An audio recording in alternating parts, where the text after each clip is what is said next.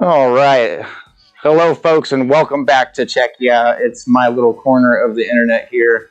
I have got so much crap laid out on the table right now. I can't remember which view is the top down. There we go. We got the top down view. Today, I'm back in the workshop, so all of my normal camera setups here. It's not the best frame rate, this camera. It will be the very first one that I replace when I get a nicer main camera.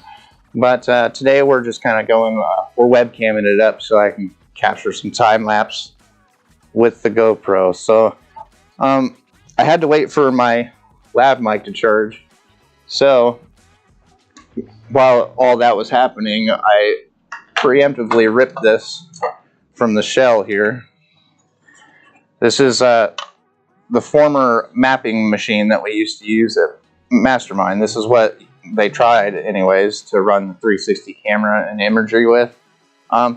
Pretty robust little setup, I'm not gonna lie. It's a really neat machine, but at the end of the day, it has a PCI slot and they weren't utilizing a graphics card on this particular unit. And for what we do is super image intensive, right? So like, you gotta have some of that graphics power behind it, at least to be able to get somewhat of a preview window to be able to tell what you're doing. Like those of us, me, my coworker, Eric, those of us that have actually mapped in the mapping car and like mapped hundreds of miles in the mapping car, we know how important it is to have some type of feedback to what you're doing, right? Because your only other feedback after that is to stop and actually view the 360 footage. And I imagine especially that part, without a 360 or without a video card was probably pretty hard to play back that footage without one. So it's still a 7700K. I asked Nick, my boss, you know, what's in this little machine, and told him my plan ultimately to put this in a little suitcase, just because this PC is sitting there. It's a 77, so it's like too old to put Windows 11 on. It's in this weird place, right? Like the components are still relevant, don't get it wrong. Add a GPU, you can still put Windows 10 on it. Still a decent machine, but it's in this weird like segue area where like it's too old for Windows 11, so it's not very forward thinking. So to keep the hardware relevant, you'd have to go Linux at some point. And that can be a huge turnoff for a lot of people. I'm here to let you guys know that that's not the case, right? It's actually one of the reasons why I have it set up in this configuration. On a few of my last live streams, I actually tried, albeit it sucked. I wasn't successful. Sorry, I'm trying to like figure out the screens here a little bit. Anyways, I'll try to turn this one a little bit. There we go. So I rebuilt this RX 578 gig graphics card months ago, last year, some point. And every system that I have tried to slot it into just hasn't, it's either been too old of a system. Like my server machine over here behind us, you kind of see the corner of the screen right here. So that machine is a second gen i7 2700K or 20. I can't remember what they called that i7. I want to say it's 2700K to follow the rest of them, but it might be 26 or some weird. Product numbers are just strange, you guys. But anyways, every time I put a GPU in there, the only ones that it would actually come up with a picture are ones that didn't require any external power, which is really strange. You know, and it's super off-putting after you just spent all this time, you took it all the way apart, you got it doused in alcohol, and you're scrubbing it with a soft bristle toothbrush, and you know, you get it sprayed off with air, and I had this thing looking pristine, like brand new.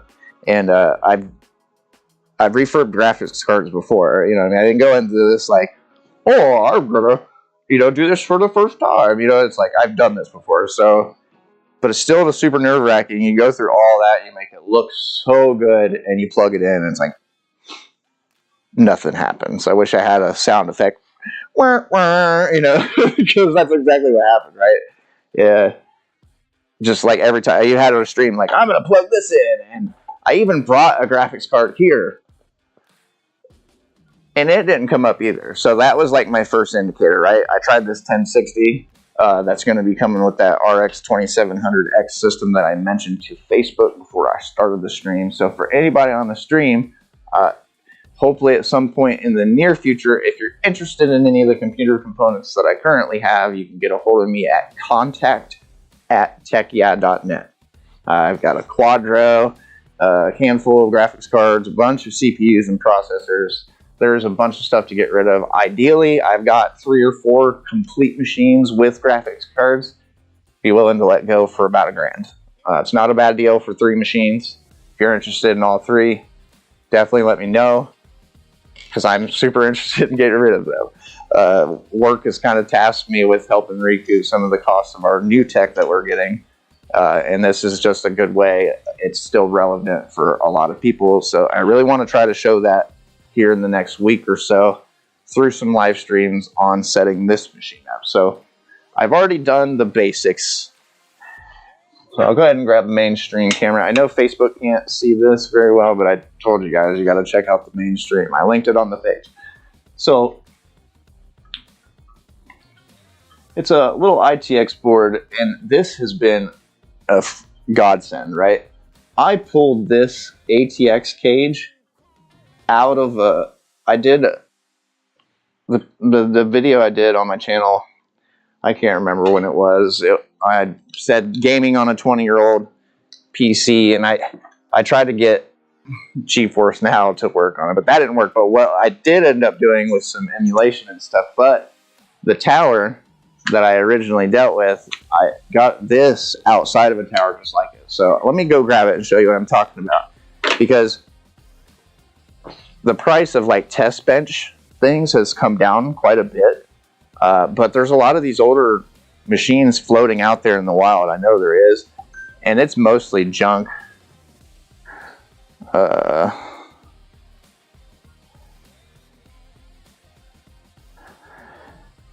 Sorry, somebody wanted to know if they could call me. I'm like, well, it's not really the best time. This is my wife. She can come out here and interrupt the stream, I suppose, if she really needs to go tell me something right now. So anyways, let me go grab the old thing and I will show you what I'm talking about.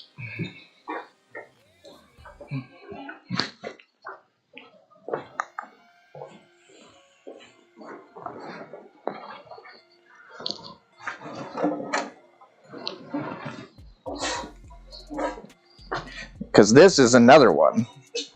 So I have a whole nother one of these cages, which is really cool. It's not necessarily long enough for a full-size ATX, but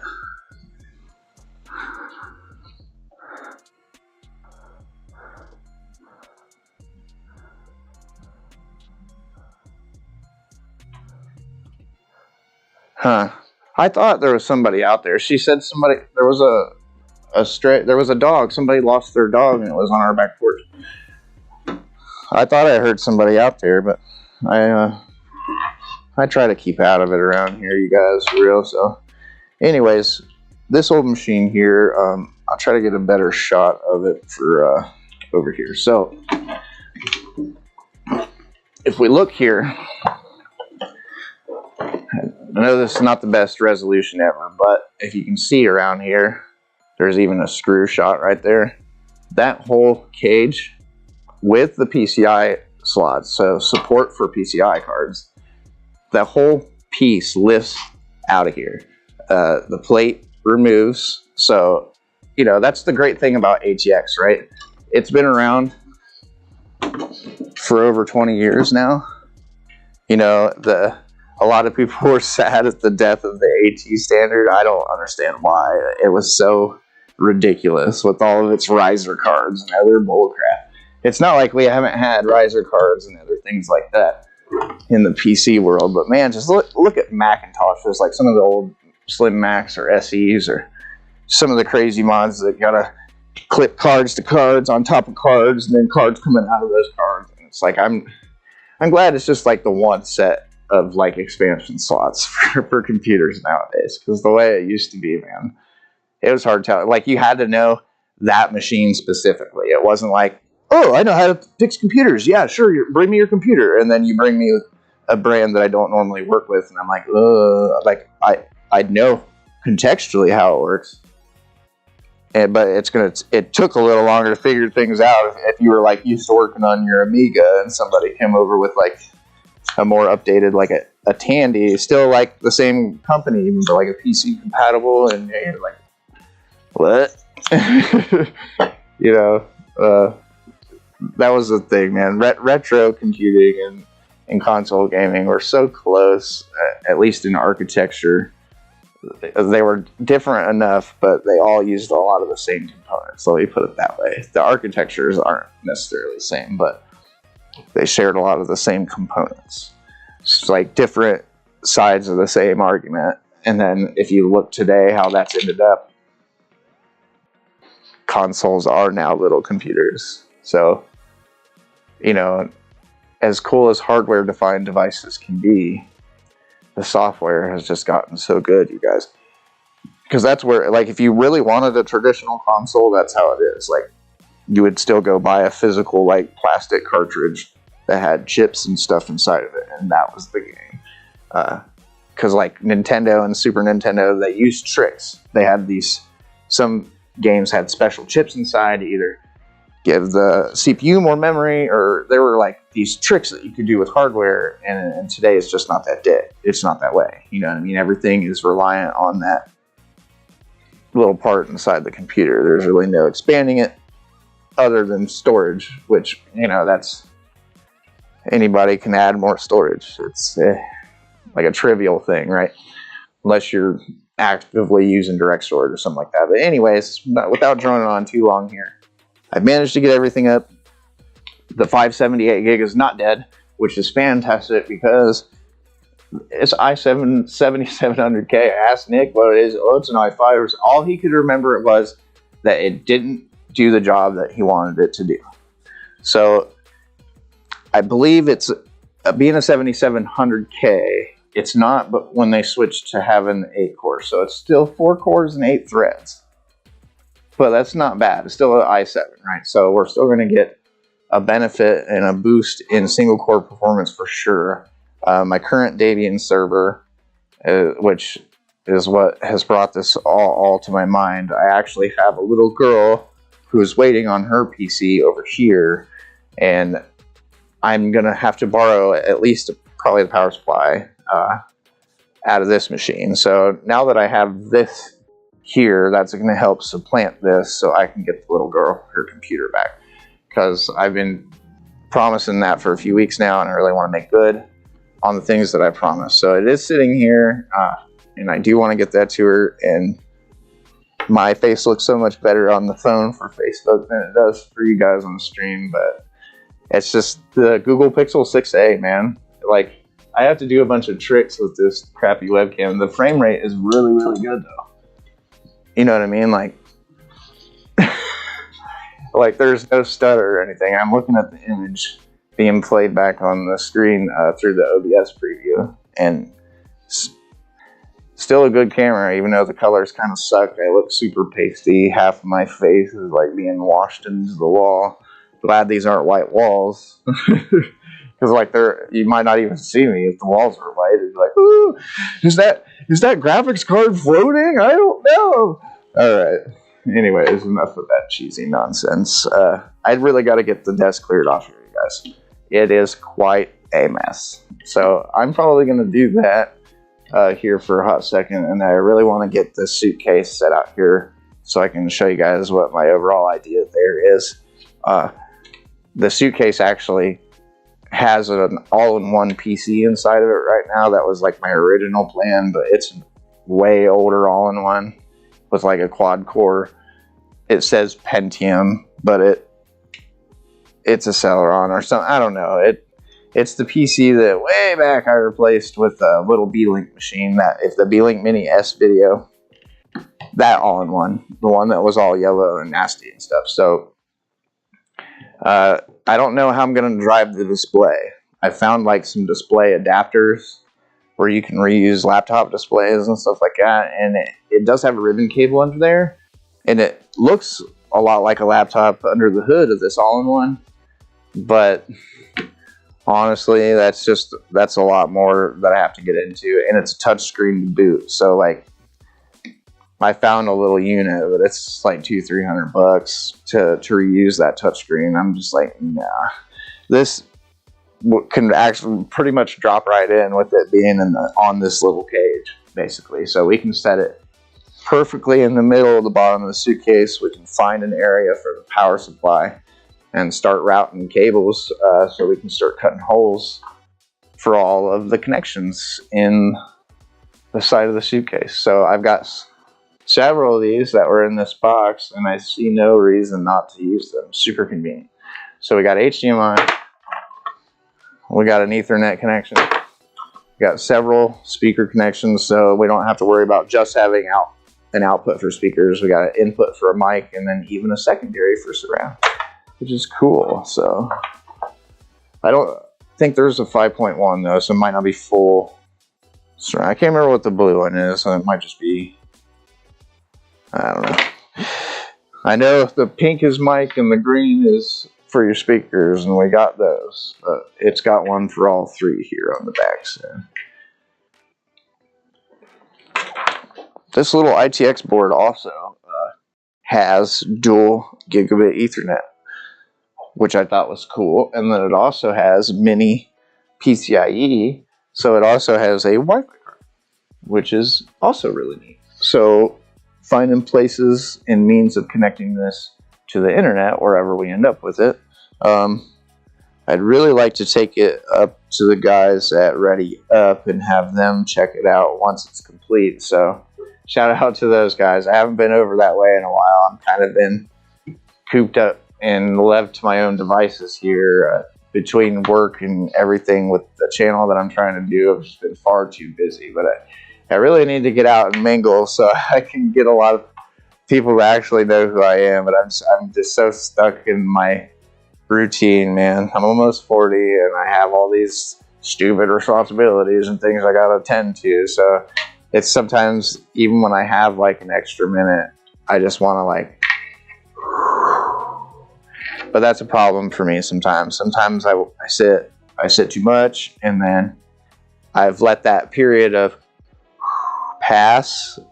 So like, I gotta get better at that. Like, okay, I've had enough rest here for 5 minutes. Now I can get back up and do something. And that's pretty much been my last whole entire week. You guys have seen a lot more streams from me. Work has helped immensely with that. I promise you guys, I have a video coming to you for more of the i9 13900 KF build that I did just a couple days ago. I got some good footage from that. It's kind of a spoiler, since I don't have any footage of it anyways. The darn thing caught on fire on me when I was putting it in the case, because modular power supplies, even when the connectors are seemingly the same, they're not the same. Pinouts are different. Definitely double check them, even if you have the same brand.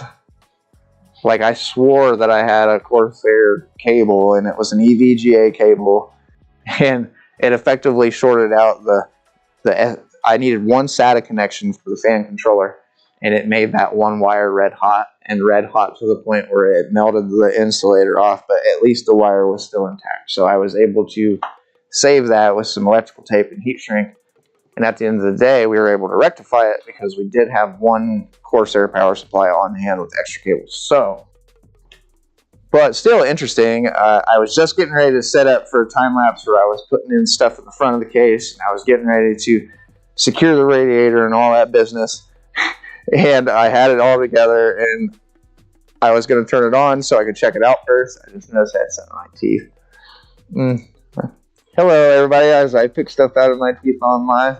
All right. Anyways, I turned it on to check it out, and before I could even register, I noticed the fans were spinning, and then I look, and there was just smoke rolling out of the front of the case. So I shut it off as fast as I could, and I'm you know, I'm trying to rip the front panel off the case and everything, and I'm fanning the crap out of it, and I'm cussing like I'm on 2 platforms where I can't readily do that, but just know that I was cussing a lot, and yeah. So, but at the end of the day, I was able to rectify that issue, and I'm so glad that didn't end in, you know, having to tell your boss, oh well, you know, like it still would have worked minus the fans, but you know, the entire CPU cooler was dependent on those 3 front fans, and I was seriously staring down the barrel. Like, I might have been able to get some fans, but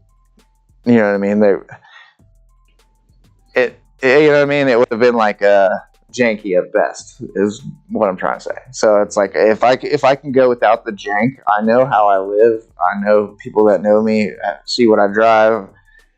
I might appear jank, and that's fine if you have that opinion of me, honestly. Because sometimes I jank. It's out of necessity, you guys. I know y'all do it too. You don't sit here and look at me like y'all ain't janking shit up out there. Y'all are. And I know y'all are because I see it.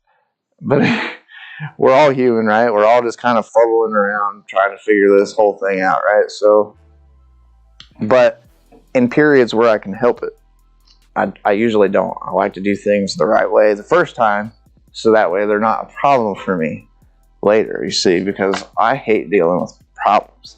Even ones I cause myself. And who doesn't, right? Who likes being bugged with the stress of issues and problems. And just other little annoyances that waste time for no reason. You know what I mean? Like, we spend all this time being upset about this stuff with each other for what? You know what I mean? Like, at the end of the day, if you're upset, it doesn't affect me as much as you might want it to. And that's the truth for everybody on this planet. And it really, really sucks. Sometimes some of us just aren't getting that, or didn't learn it as a kid, or live in some fantasy land because mommy and daddy make over $200,000 a year. You know what I mean? And I mean that wholeheartedly. I've met people that make that kind of money that aren't complete pieces of crap. You know what I mean? But there are also people that don't know anything less than that. And that's where the real problem lies, right? Where we don't understand how the rest of us live out here. And there's a big disconnect there. So anybody out there trying to fight that fight with their camera out, trying to actually show how the world works, and I don't mean stupid Karens and stuff, you know what I mean? Don't be that guy.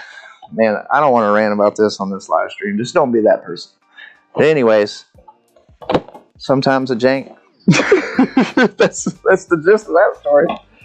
All right. See what happens when I don't have people to like readily talk to. I know people at work hate it because like they get caught in a conversation with me, and I tend to just talk a lot. And that's because aside from my wife, I really don't have a lot of people to talk to. And when I do, it's never about anything that I actually want to talk about. You know what I mean? Like, I spend so much time with this stuff and looking up. You know, I'm learning how to code. I have been for the past year and a half or so. It's not like I haven't coded in the past. I've just been getting better at it the last year and a half or so. And definitely in the last 2-3 months, especially with ChatGPT out there, I've learned a lot. Like, went from like building static websites to like functionally dealing with Postgres databases and pulling data in and out of them and representing that data on the screen and performing CRUD operations and all of that good stuff. If you're a programmer, you know what I mean. If you don't, that's dry, man. If you think what I've already been talking about is dry, let me explain Postgres databases to you. I don't think you care, you know. That's all the stuff that goes on in the background, right? We just want to see the shiny. Ooh, shiny. All right.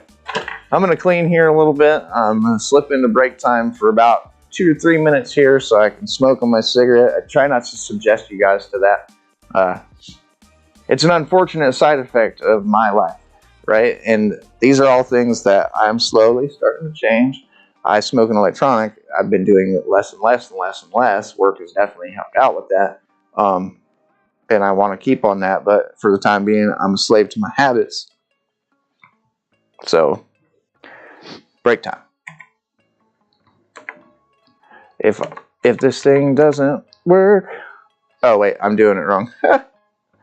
Actually, you know what? While I'm thinking about it, why don't I start recording some of this? There we go. I was so afraid that was going to stop the stream. Goodness gracious.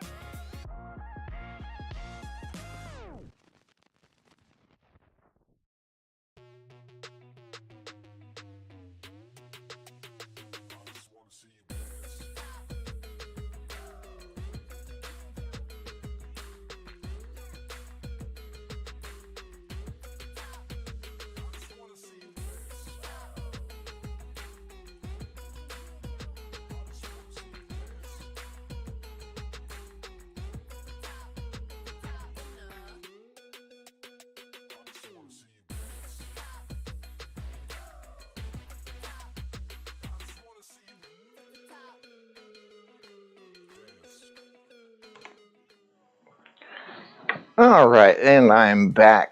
I can now quit awkwardly looking at the other screen because I am no longer live also on Facebook. So I'm gonna get to cleaning a little more, like I said I was gonna do. Definitely drop any questions into the chat if you have any questions at all. I'm really not doing much of anything today. It's more of just the more I can post. I have this sweet setup out here. I have stuff to work on.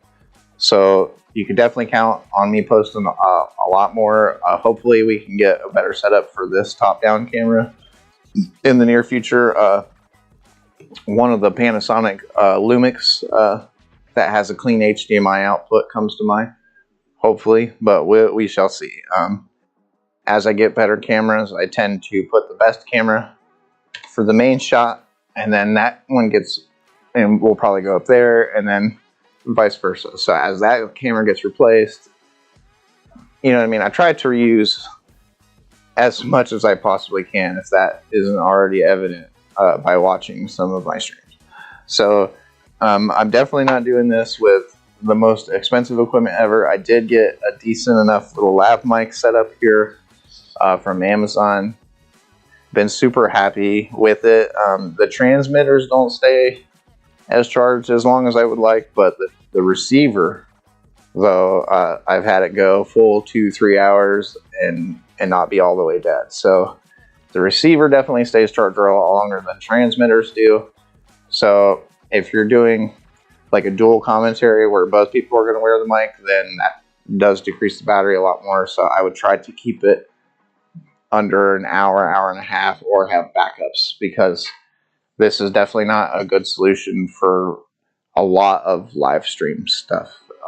Unless you're going to do it solo, where you can charge one while you're using one, and you can do a swapoo live like I did when I was doing the 13900 KF build just a couple days ago on the channel. So anyhow, my work area is kind of cluttered here. It's not really set up to start a project yet, so that is the very first thing, right? We got to get this cleaned off.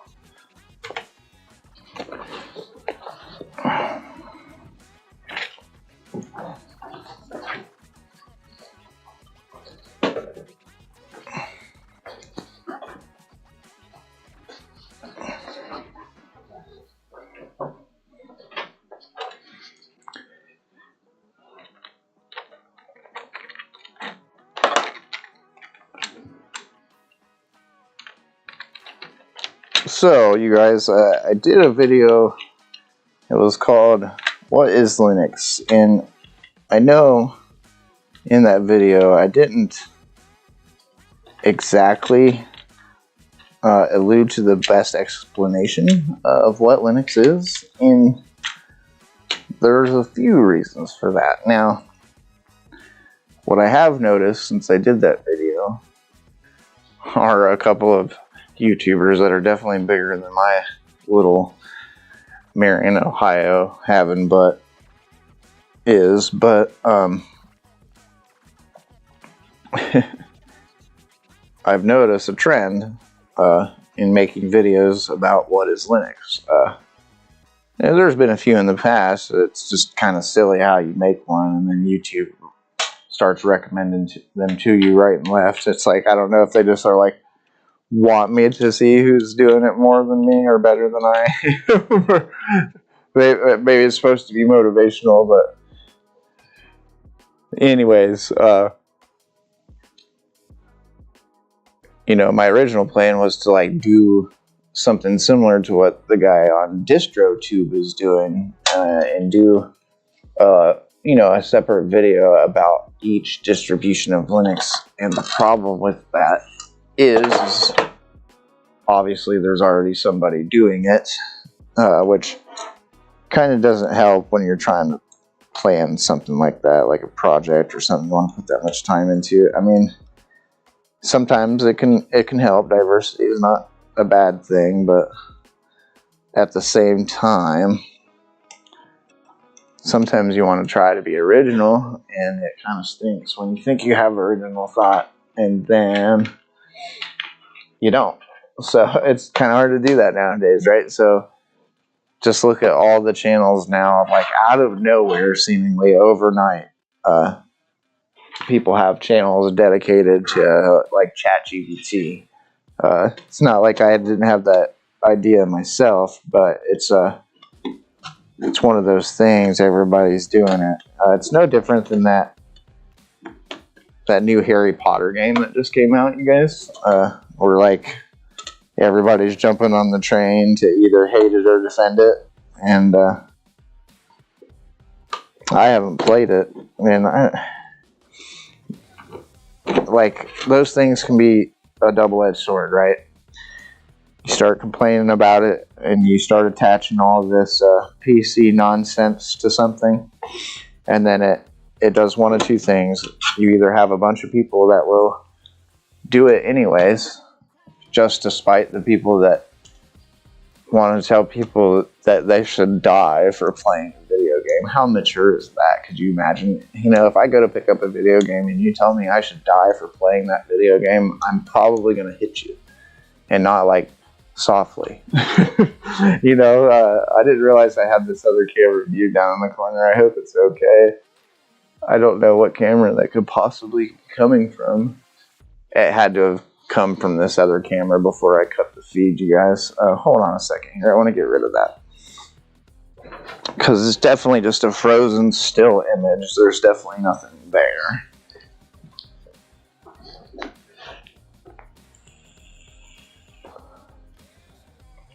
There we go.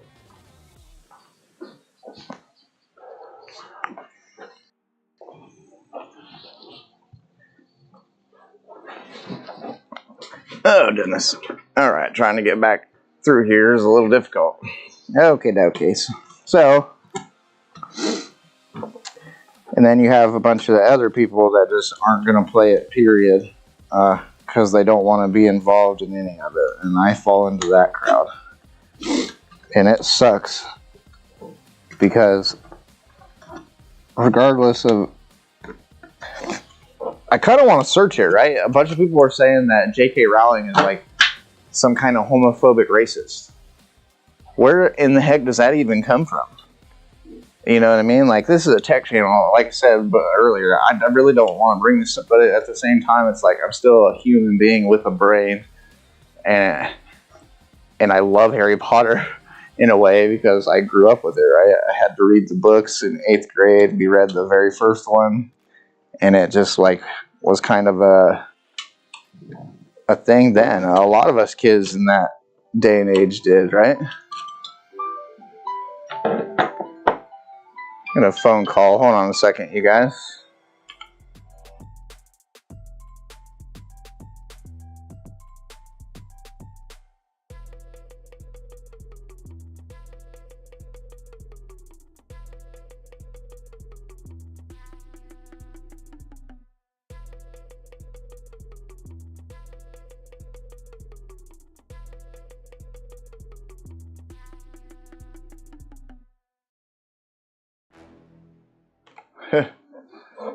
Oh my goodness, it was literally Ohio Medicaid calling on a Saturday. Some automated crap. Anyways, I read the first book in 8th grade because we had to. It was part of the curriculum. And we loved it, right? I mean, in that day and age, Nintendo 64 and PlayStation 1 had just come out, not too long before that, and I remember really liking it, and then the movies came out, and it was super popular, right? Everybody was into it. It was like an all-inclusive thing, too, we thought, you know what I mean? Because it portrayed children, and it was British, so, a lot of the same sentimentalities weren't there. So that's another part that's hard for me to get my head around. When people say that J.K. Rowling was some racist or whatever. I mean, I guess it could be an American, but at the same time, it's like if they were British and the whole book was based around London and this magic world, and in the magic world, yeah, they had racism, the Mudbloods, and you know what I mean? Yes, these are complicated views in a way, but to say that our children shouldn't be subjected to them, that's a little different. You know what I mean? Like, it was an analog for how the world can actually be sometimes. And, it's not even really race when you think about it. In the movies, they portray it, magical people versus not magical people versus people that are half magic or have regular muggle blood or what have you. And you just have to face the facts that, especially in that day and age, if wizards and witches were real, you have to figure that might be an issue that they would actually take up. I thought the only thing I ever thought about that was of how realistic that was of a view that they had, because they could have just done a cheesy where the bad guy is just a bad guy to be a bad guy.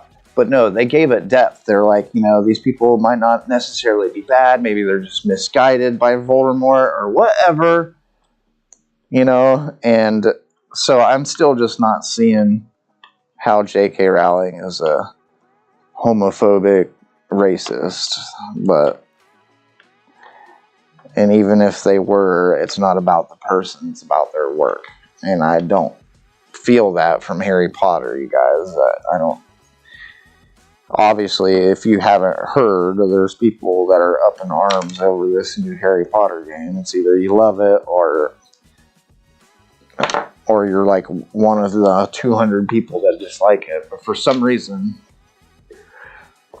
nowadays, if you're any kind of pronoun and you want to complain about video games or anything, even Asmongold brought it up. He showed where like this one tweet that everybody was talking about only had like 40 likes or 7 likes, and it's like, why are we giving these people that kind of attention over something that obviously everybody thinks is stupid?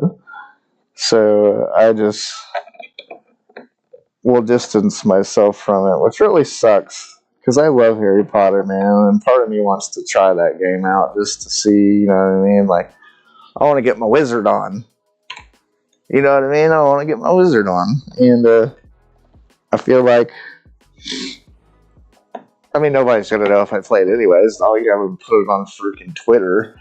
But it's like, it's a super demanding game right now. It's unoptimized, so it's demanding on computer hardware. So it's a really good judge, for how performant your system is. So a lot of guys I've already seen where they're playing it on low-end GPUs and they're, trying it on integrated graphics, and they're doing all the same stuff that they did a few months ago with Spider-Man Remastered.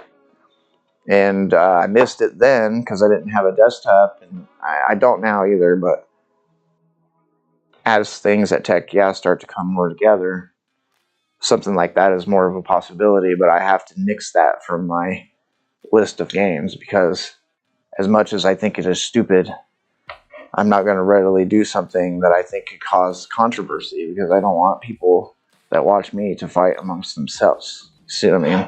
Like, I don't want to leave that window open. You know what I mean? Like, if you... I want people to still be included and be able to build computers, because at the end of the day, computers aren't about that.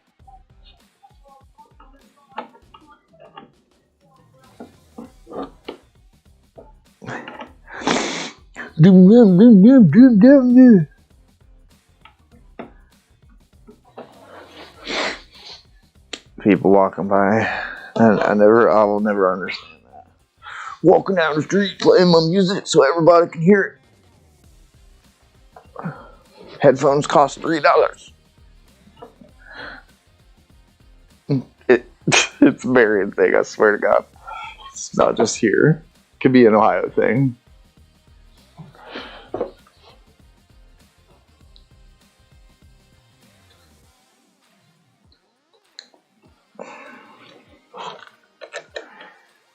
Oh, goodness. So, this is Allen keyed all the way around, and the problem with that right now is proving to be that these are wrenched on so tight that they just are not wanting to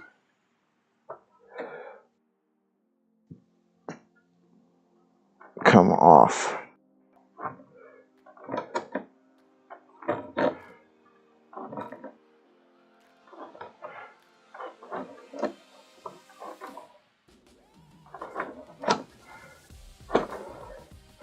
There we go. It's proven to be rather difficult, to tell you the truth, man, because they're wrenched down so hard that they really didn't need to be put in this hard. They are like unreasonably wrenched in here, and that is causing disassembly to go a lot longer than it should have to, at least for the sake of trying to salvage some of these components, because parts of this, even the bottom plate, I guess we could use if this cage proves to be too big to want to fit in the suitcase. We could always get like a PCIe riser, put the board back onto this so it has something to shield it from the felt in the suitcase, and then if we get that riser. But I'm thinking even with the GPU up, it's a full-size suitcase. So this isn't like a little, I'm going to go fart around, you know, in the next town over suitcase. It's a suitcase, you know what I mean? Like, as soon as I get some of this stuff assembled, taken apart a little better here, I will go grab it and set it up here so we can take a look-see at it. And I just had that little antenna cable, you guys, and I seem to have set it down somewhere. There it is. I don't want to lose these because they go to that Wi-Fi card on the board there.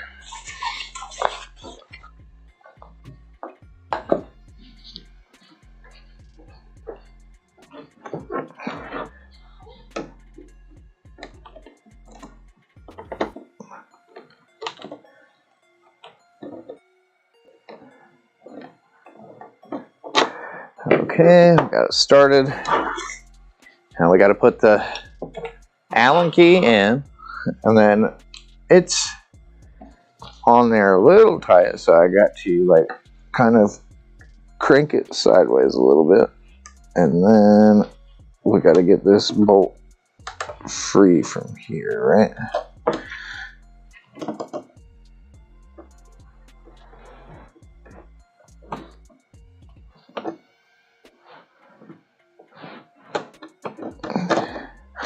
And the only thing I hate about doing it this way is it is scratching up these countersunk screws, and they're this weird size. I've tried both metric, I'm using metric now, and I've tried standard. All my standard ones, even the smallest ones, are too big, and then this smallest one is just a hair too small.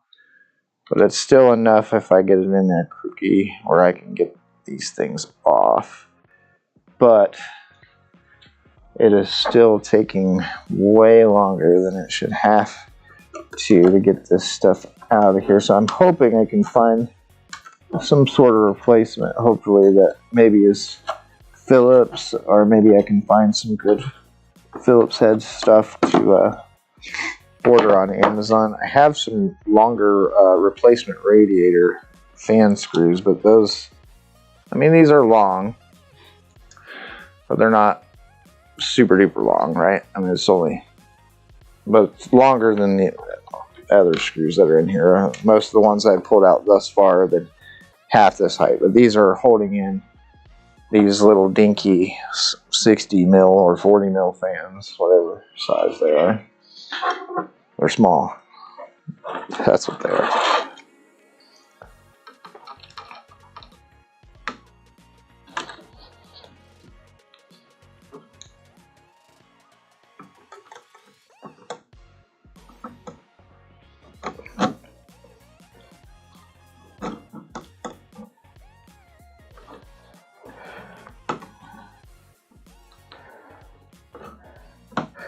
Oh, the cable's right there too. Those freaking power cables for the fans are right there.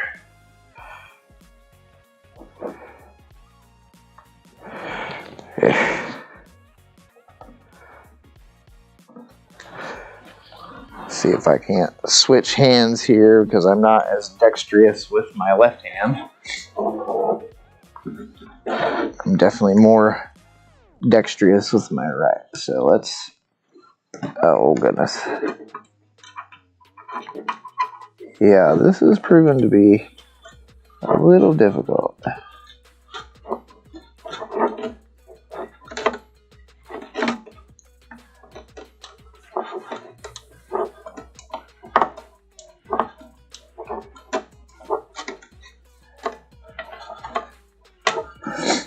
Man, you can tell that this was set once, and then you can see that maybe vibration caused some problems for some of the stuff on the back and the front, because some of it was like super glued into place. So like the Ethernet adapters for one, because they were running the camera connection, and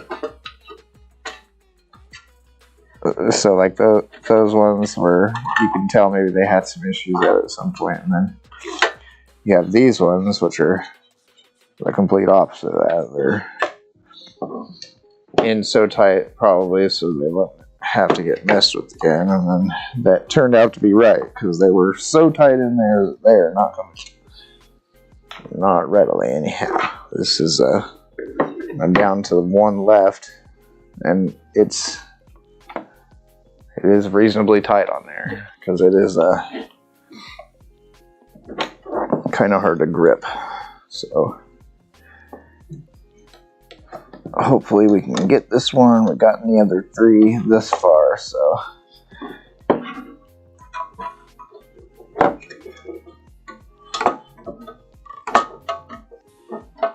far so good.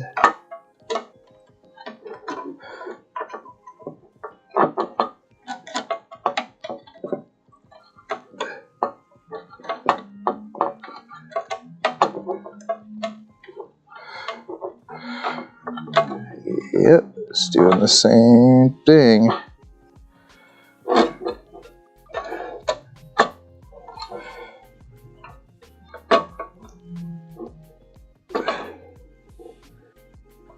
Oh goodness.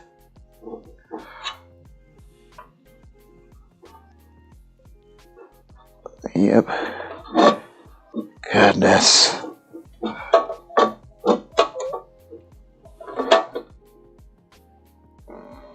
Yep, that one's just spinning right around the... Dang it. Man. Ever since I started this project yesterday evening, because I started at some point when I first started trying to take this thing apart, and it has just been giving me crap. Let's see if I have another driver I can get in there. I don't think that I have another flathead that small, though.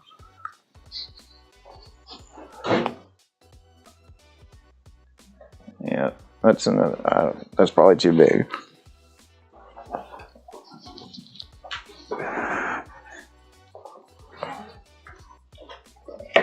Okay, let's try this. Yep, too big.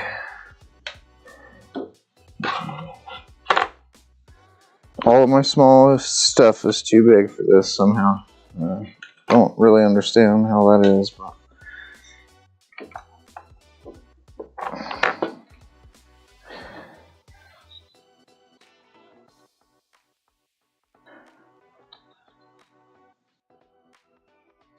it's only 0.5 millimeter bigger, and I can't get it in there.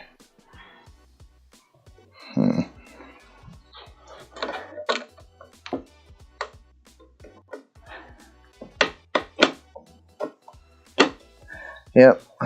Oh, shapoopy.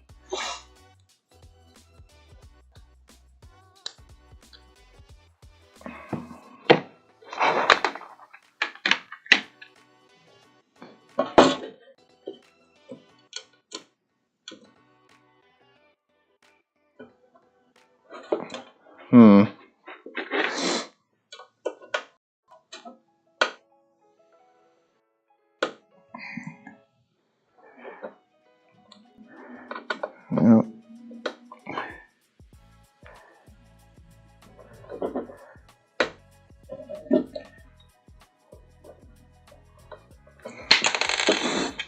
dang it. Yeah, this is proven to be a pain in the rear end.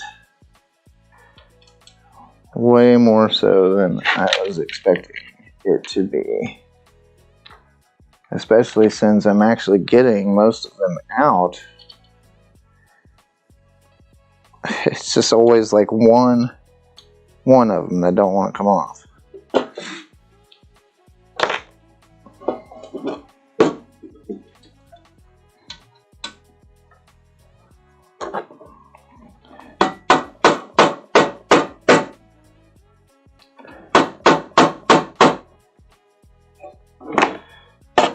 Okay.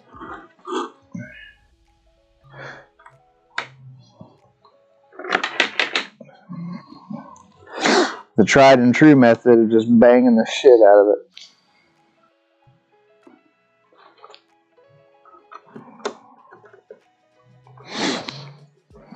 Oh yeah, it's in there good too, boy. Alright. Hopefully we can... Yeah, we got some of the tension off there now.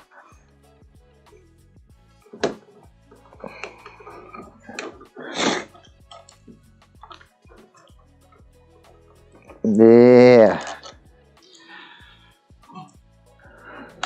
That does not feel good though, trying to get that thing hammered on there like that.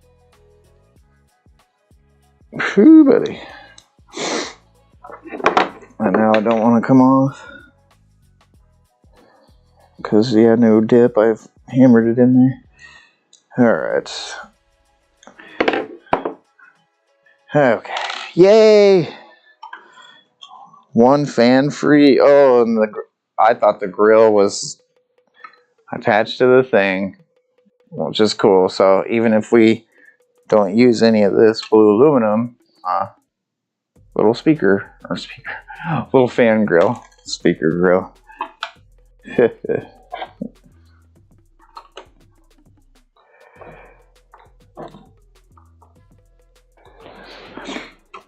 Yeah, this seems to be the right size, so much so, but these have already been torn into real bad. So the only method to getting these out is to do the same thing. So I apologize for the banging, you guys. It seems to be necessary to get these in here.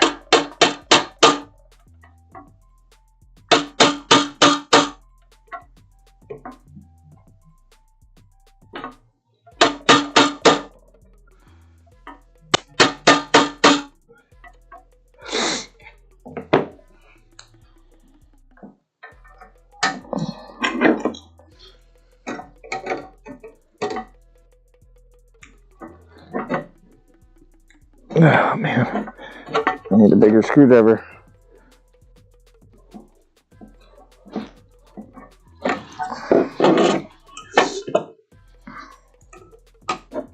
Boo.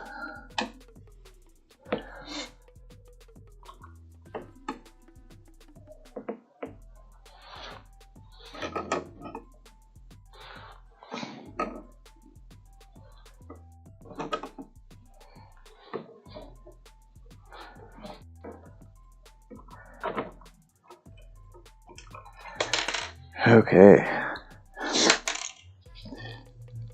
That does not feel good, you guys, to do at all, but here we are. We're going to have to do it for every single one.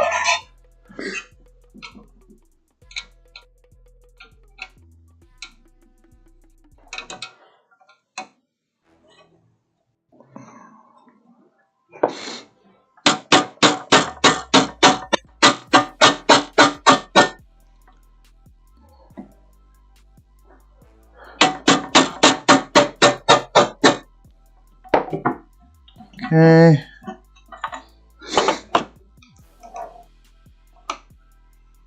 Okay.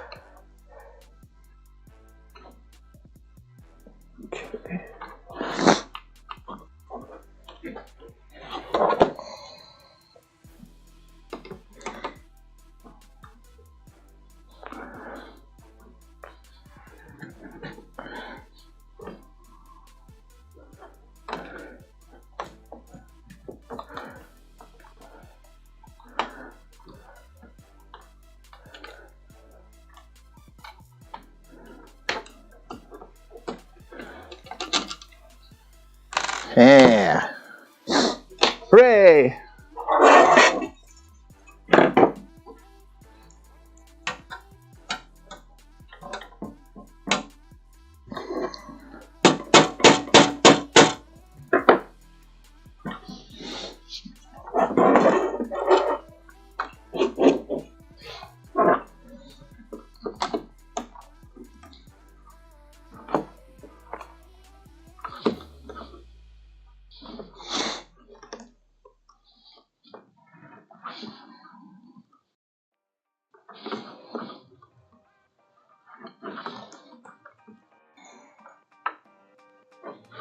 Dang it.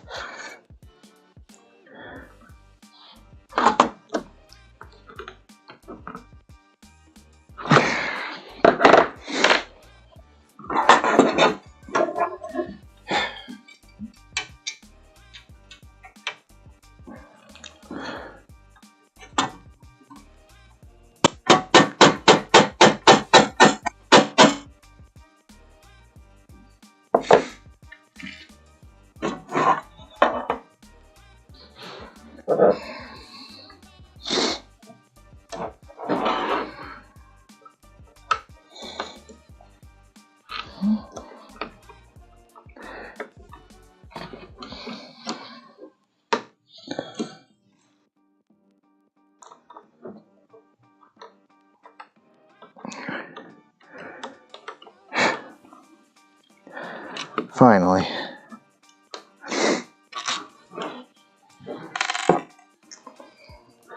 Seems like for the trouble, we could have just shot a drop of super glue in there, and that would have been the end of this. They definitely do not need to be in there that tight. That is just ridiculous. It's got that plastic pinched so hard. I mean, I guess it definitely wasn't going anywhere.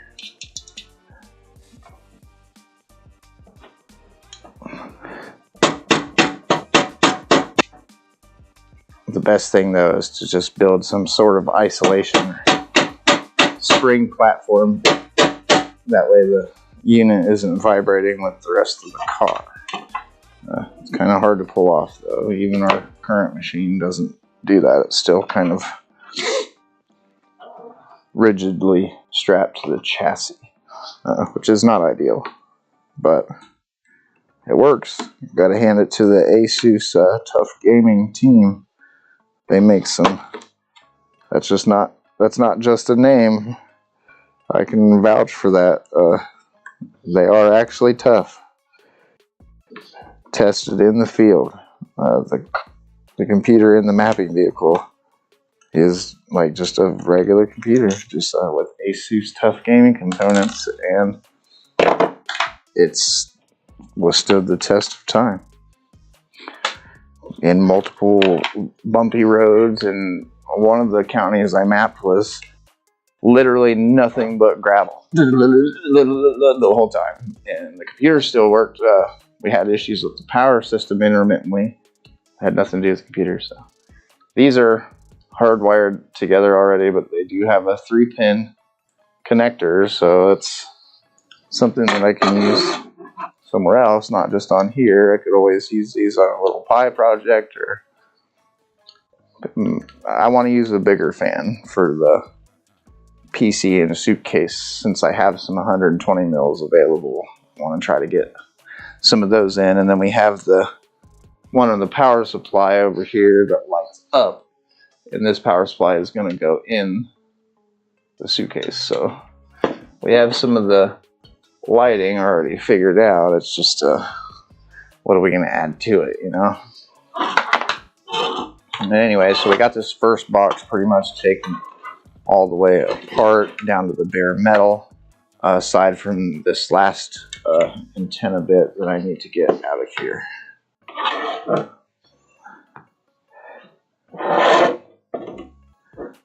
Still super stoked on this side. I had spoken with my boss, and when I told him, you know, normally you wouldn't be able to find a good use for an older ITX system like this, but I've been wanting to put this arcade system inside of a suitcase for a while. It's an idea that I've had, And when he told me, oh, there might be an i5 or something in there, and then the board was a Z170, I knew it was going to be 7th gen, but I was expecting an i5. So it's a very pleasant surprise to have a 7700K in here clocked at 4.2 gigahertz.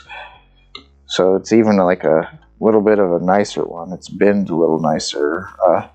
I had the 9700K, which is 2 generations newer, and even though it was 8 cores, I guess it would, when it turboed, it would be at 4.5. It pretty much stayed at 4.5 all the time. The 9700K did. Anytime it was under load, anyway. So I guess 4.2 is not too crazy. In my head, I guess I was thinking it was a little better, but if it's at that speed as a base speed, that's pretty cool. That probably is better, even though it's a little older.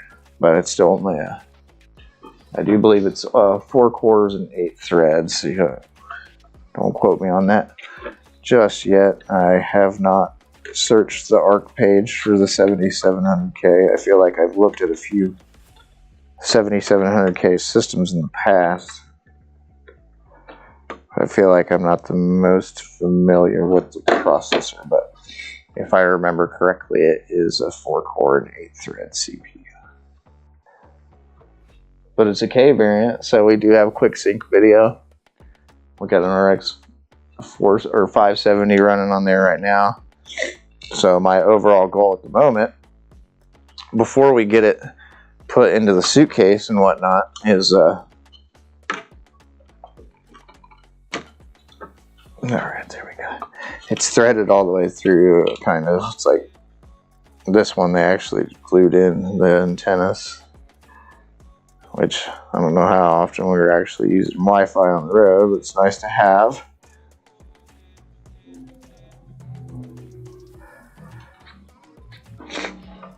I say that and people are probably confused, but I mean, like, if you have a computer in a car, like, when are you going to use the Wi-Fi? It's hard to just park somewhere and you know what I mean? Pretty much have to. It's not like using the Wi-Fi on your phone. It's basically what I'm trying to say. It's a little different to me getting somebody's Wi-Fi with like a whole computer in your car, you know? Like, it looks a little different. Just a little bit.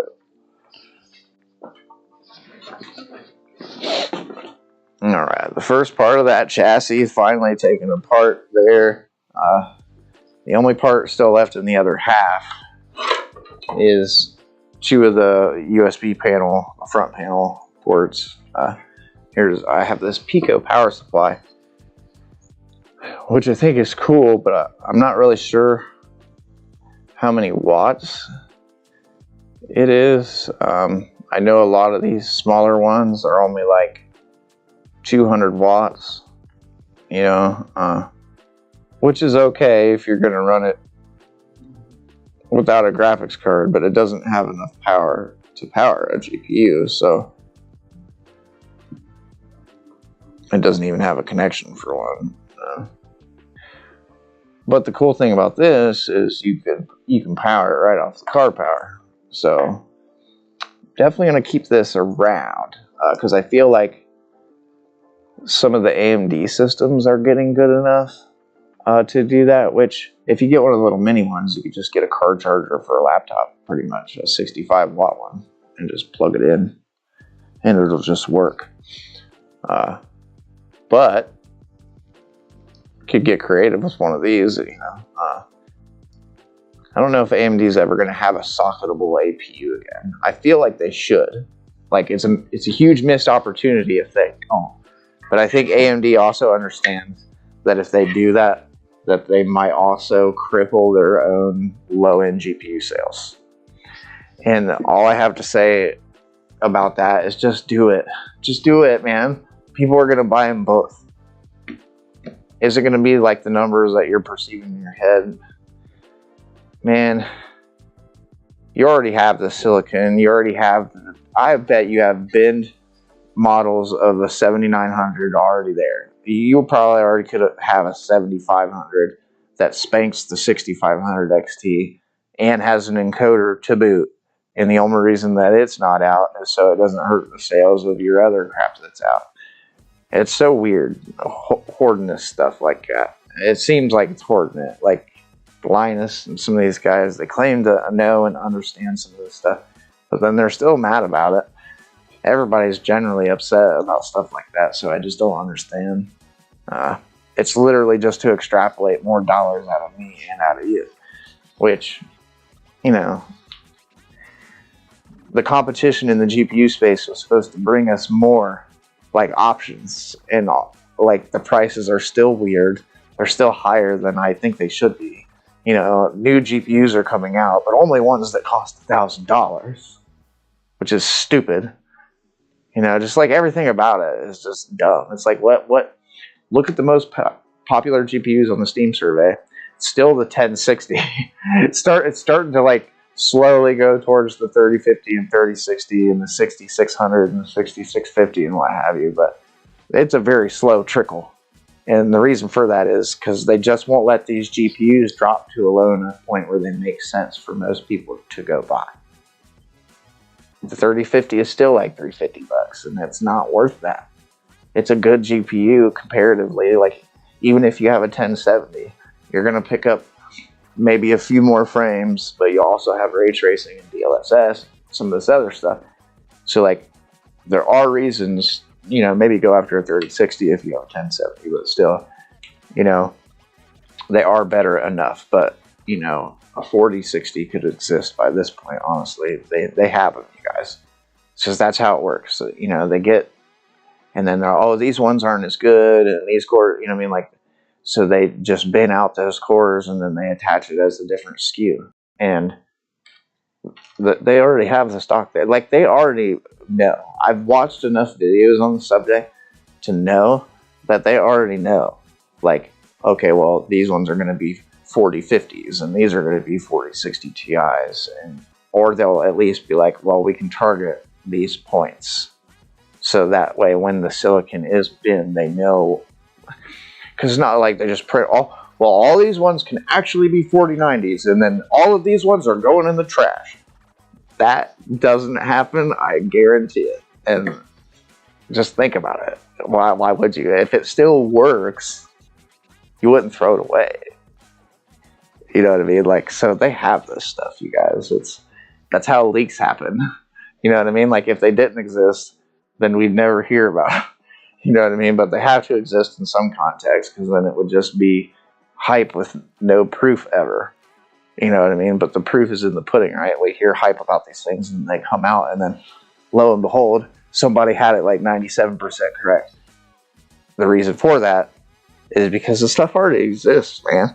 It's just under embargo, or it's behind closed doors, and you can't see it, and I can't see it, so it's like irrelevant until it's in front of our face, right? But there's people that work for these companies that I'm sure probably agree. They probably feel like we should just sell these, and you know what I mean? Like, so many more people would be having a better experience on their computer. So many more people would be getting their jobs done. More creative people would be putting out more entertainment, but they don't. You just gotta pay the man. But even the man, like, is picky about how he gets paid. What? You know, I like think back to my days on the other side of the law. You know, that would have been an outrageous concept. You know? Yes, you can buy this, but not yet. What do you mean? I got money, you got the thing. Come on, man. The only time that ever happens is if they think you're a snitch.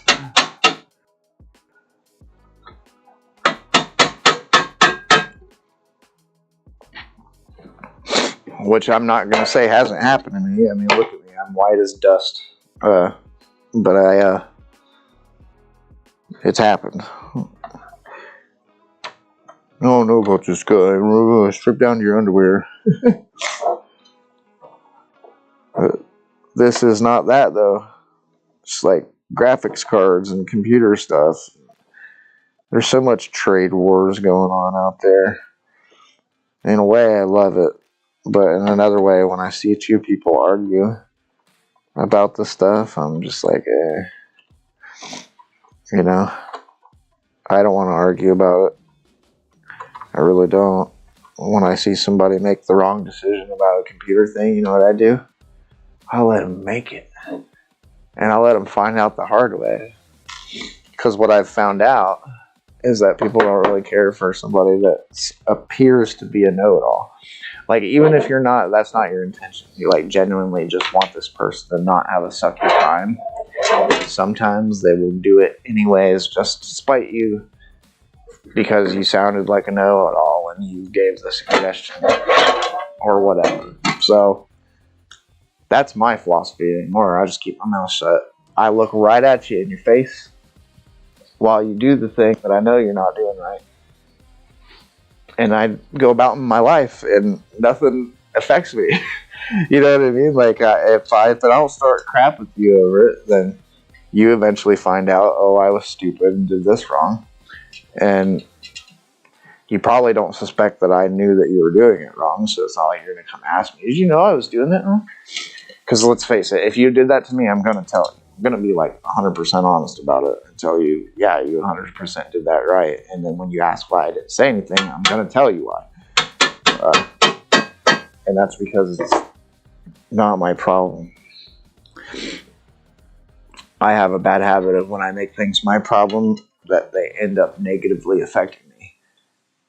So much so to the point where the person asking me to take care of said thing doesn't have to take care of it like any of the negative things. So I'm like literally just putting myself through the ringer to help a person out, to make their life easier, and I'm making my life exponentially harder by doing so.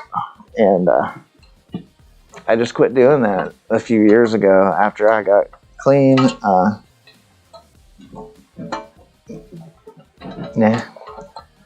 You know what I mean? I just didn't care to be around a lot of the same people. I don't like running into people that I don't want to see out here in public in areas, so I don't spend a lot of time in the public eye. This is all I have. I have tech, yeah. I have this camera to save things to. I don't even have time to like edit video. That's why it's been all these live streams and stuff. I got too many things going on with my career at work. I'm trying to make sure that they know they made a good decision with me. I feel like they know that already, but it couldn't hurt trying to be on the top of my game. You know what I mean? Like, I'm really trying to make sure that I'm at 100% the 5 days that I'm there throughout the week. You know what I mean? Just because the initiative goes a long way. And I just, you know, the goal is to make it, right? For everybody, not just me. So I'm shooting my shot to try and get ahead a little bit in my life. So far, it seems to be working out for me. Man, whoever puts this together, man, they're countersunk screws. The whole point is for them to be flush up against the surface, and they are recessed in there. They're literally so tight in here. I'm probably screwing up my screwdriver just taking this apart. And these are my precision drivers, which is really not making me happy right now. I'm like, literally, this is my second to last screw, and I'm like functionally getting more mad the more I take this apart. Just because it didn't need to be that hard. Come on.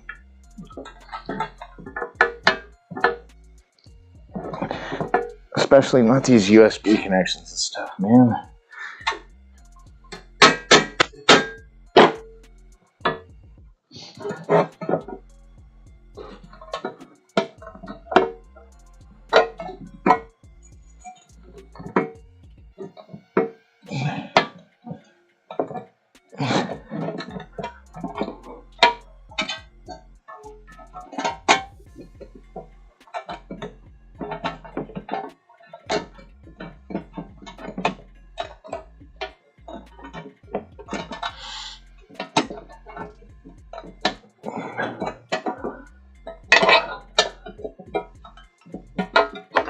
Okay. I hope I can find some more screws that have that same threading pattern that aren't hex bits, because it's such small hex, and I've tried metrics, I've tried standards, I've tried 1.5 millimeters too small, 2 millimeters too big. They don't make a 1.75. My smallest standard is still too big. So I'm trying to use my Torx bits effectively. I have another set of precision ones. That's besides the fact that I am so glad that this is done now. This stuff was screwed into here way too tight. So thank goodness that is over.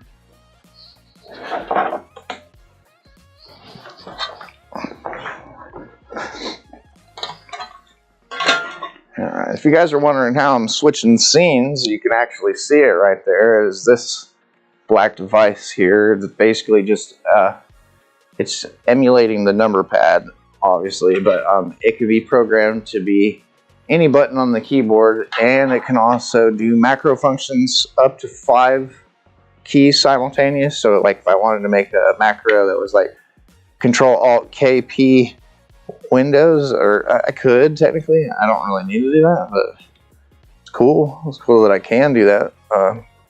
You know, you get an Elgato Stream Deck or something like that, and you're looking at $100, $150, whatever it is. This little thing was like $33. It's not bad. Works. See?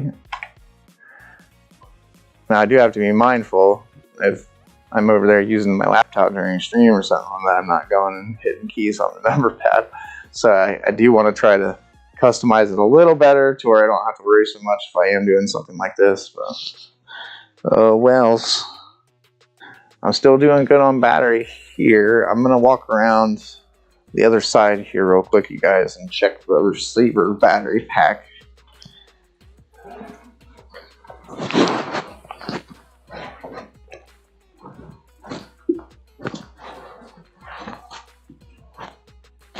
And we're still at full.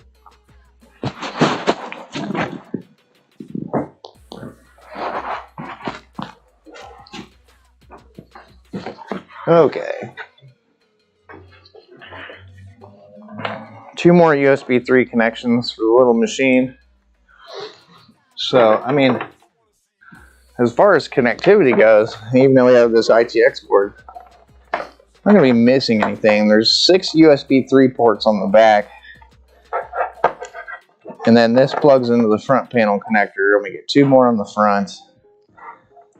So that's a total of 8 USB 3s, 2 Ethernets. It's pretty loaded, man, for a little ITX system. You know what I mean? For it to have 2 network controllers, that's pretty badass, right? So, super stoked that it had these. I mean, I figured it did. It looked like kind of a custom built unit. Sometimes though, even these can be like made out of a hard piece of plastic, or it's just like a hard plastic piece, but then there's like a ribbon cable or something on the other side. So these are like bog standard. You buy them on Amazon, male to female. Pretty cool. So those will come in handy once we actually start moving everything over to the sandbox. Yeah, you can tell I have some gaming stuff on the head. So once we start moving all that over to the suitcase, that's going to come in super handy. That way we can still have external connections. So now that I have everything free from that, finally, we can start to actually kind of clean this desk up here a little bit. There's all the other screws, so that went to that, and the antennas for the Wi-Fi cards. We definitely want to make sure we get the rest of the components in here. I like to try and put everything in these little Ziplocs when I can. Obviously, nothing static sensitive will go into here. I do have static bags for that, but little things, these screws, the nuts, all this little stuff that might be hard to keep track of. It is all going to go into here, into the little zippy.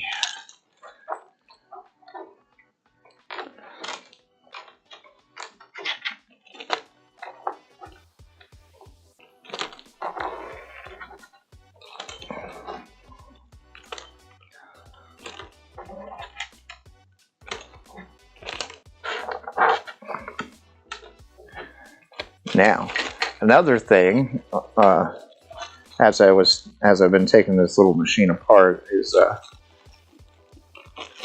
it looked as if all of the SATA cables were populated at one point in time. Now, the front bay, it does have a hot swap hard drive bay, which I thought was kind of neat.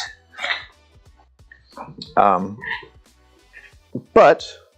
we're not going to be using that. I left the bay there. That's just because I don't have an SSD or anything to go in there. So now this I pulled out of one of the other little units. So I do have a few other antennas handy. This is an 802.11g and it's regular PCI. So this obviously isn't going to get anything modern on the internet, but I'm planning my Pentium 2 sleeper build, and if we go Windows 98, I think we can actually get drivers for this and go Wi-Fi. So Windows 98 had Wi-Fi, you guys. It's not like it didn't. You know, I mean, Wi-Fi was around then. 802.11a comes to mind, the original 5 gigahertz, a whole 11 megabits, and 802.11b was the same way. I can't remember if A and B were both 11, and then A finally went to 54 when G did. It's been so long ago, I can't really recall, but the cool thing is knowing that I might be able to get Wi-Fi onto a Windows 98 machine, but I'm having second thoughts about that now because it does look like this is quite corroded, which is unfortunate. Looks good on the other side. Yeah. I'll have to take some cleaner and stuff to it. Yeah, could just be dirt, but it does look like a bunch of the metal's been flaked off there and whatnot. So these came in with a bunch of computers that my buddy Brian had brought over. People do that to me quite often. I have whole shelves. All those computers down there, all the power supplies on that table behind the monitor there, you see them. Those are all old style power supplies. They all have Molex connectors, not a single SATA connector. Most of them are 20, not 24 pin. So like definitely not going to power anything current. Over there on the shelf, a bunch of other older stuff. I have quite a few. I think I've got everything from like the Pentium 2 system pretty much all the way up to stuff that's almost current. My son's got a 2600 a second gen Ryzen, and then my laptop's got an 11th gen i7. So like seriously nothing in this house is super current. I even got that like a month before 12th gen laptop stuff came out. And but it's the H variant, so I still get 8 cores and 16 threads, and even though it's 11th gen, it's still got a 3060 GPU. It's still alright, still kind of modern, but as far as like my desktop components and stuff go, I don't have anything super current or modern around here right now.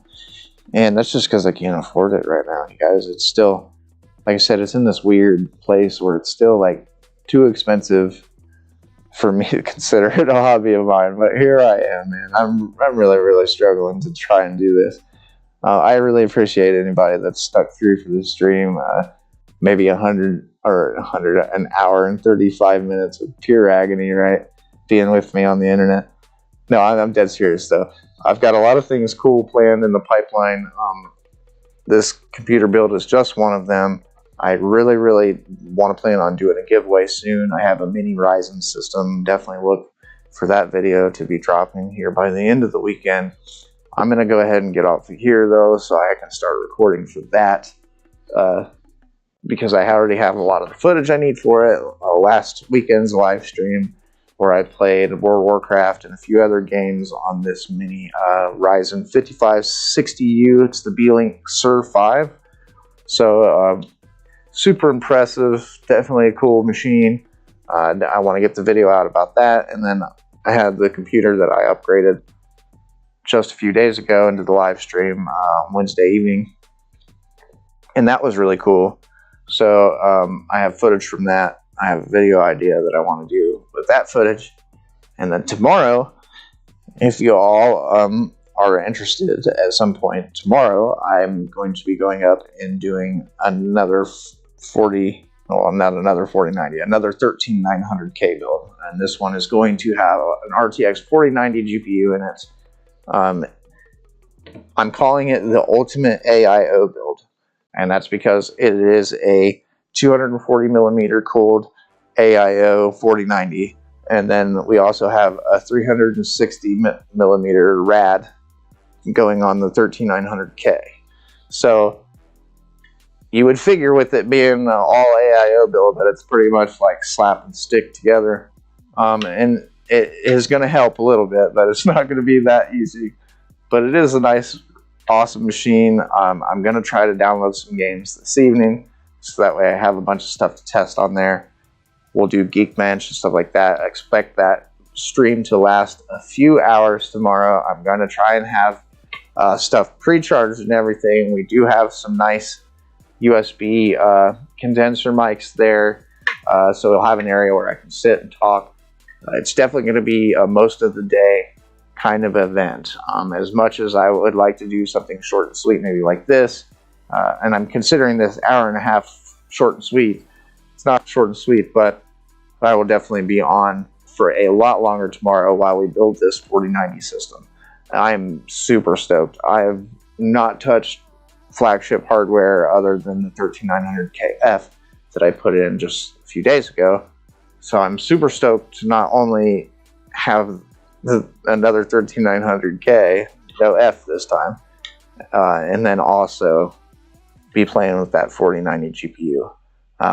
I just want to load into any game and turn all the settings all the way up just to see what it's like. And then I'll still have a sense of proud accomplishment when I go to hand it to my boss, because I know he's going to like it. The appreciation might not come through right away, but once everything starts getting into the swing this year and we start post-processing our new 3D captures that we're going to be getting this year, the sentiment will be there. So anyways, I've droned on far long enough. I need to start getting some recording done out here. Obviously, I don't want to do that while I'm on live stream.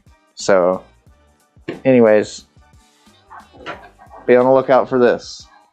This is what's going in the suitcase.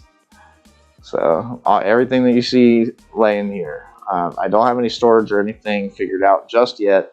But as soon as I do, that will be going with the setup here. So everything booted up, which is great. As I alluded to earlier in the stream, a few of my other live streams where I had built, I know for one in particular, I had specifically brought a card home from work to make sure that I just wasn't losing my crap, that this card that I rebuilt, this one here, wasn't just dead. And so I brought the one from work, plugged it in to the server box over here, and I still didn't get any video. So what I've determined is this second gen i7 system doesn't like to put out anything through a graphics card that takes external power, unless maybe it's in the second GPU slot, which is super weird for anybody that's used to it having to be in the one closest to the CPU. But anyways, I can't get any modern, these aren't even like modern, it's 570. I can't get anything more modern to want to come up on there. So I put the R7 240 or whatever it is. It's got 4 gigabytes of VRAM, yeah, but it's DDR3 VRAM, and because it's an older card, the drivers aren't the best. I figured I never had any issues with it in Windows. I even played WoW on it for a little while when I first got released back in 2019. Yes, that kind of release. I don't talk about it often, but stay tuned to the channel because the video I'm doing about the upgrade that I did a few days ago, I'm going to center around telling the story of how I got to where I am now. Anyhow,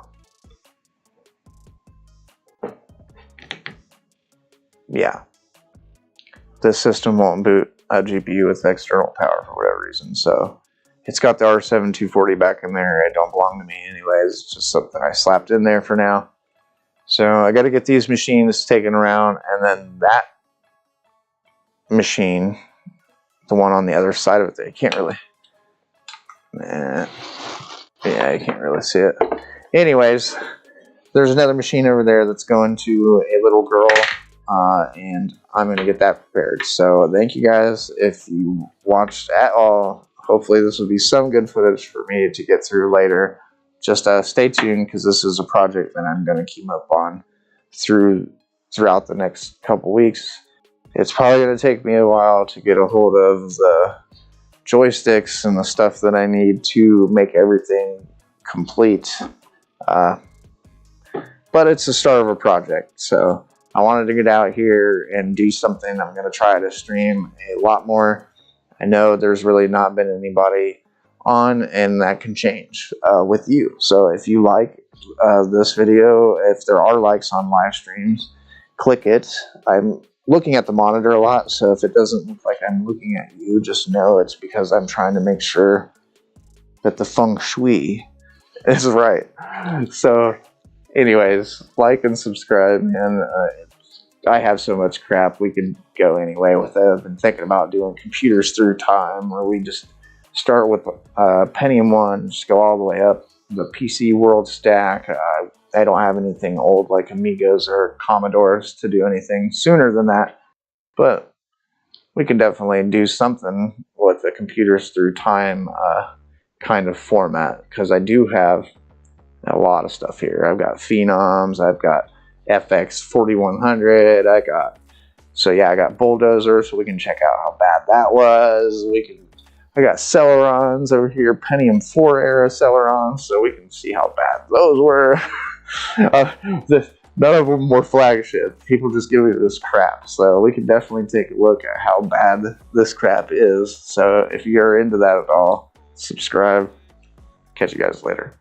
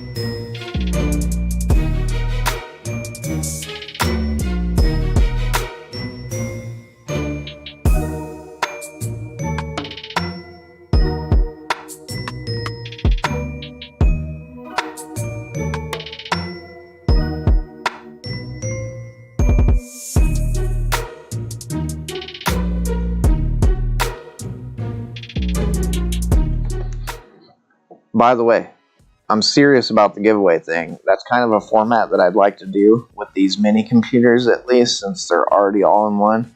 Get them in, do about 90 days worth of content with them, check out a few different things about them.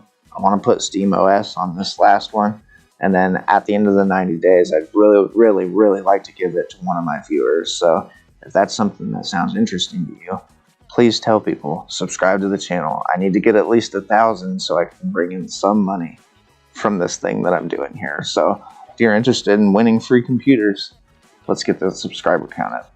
Thank you guys.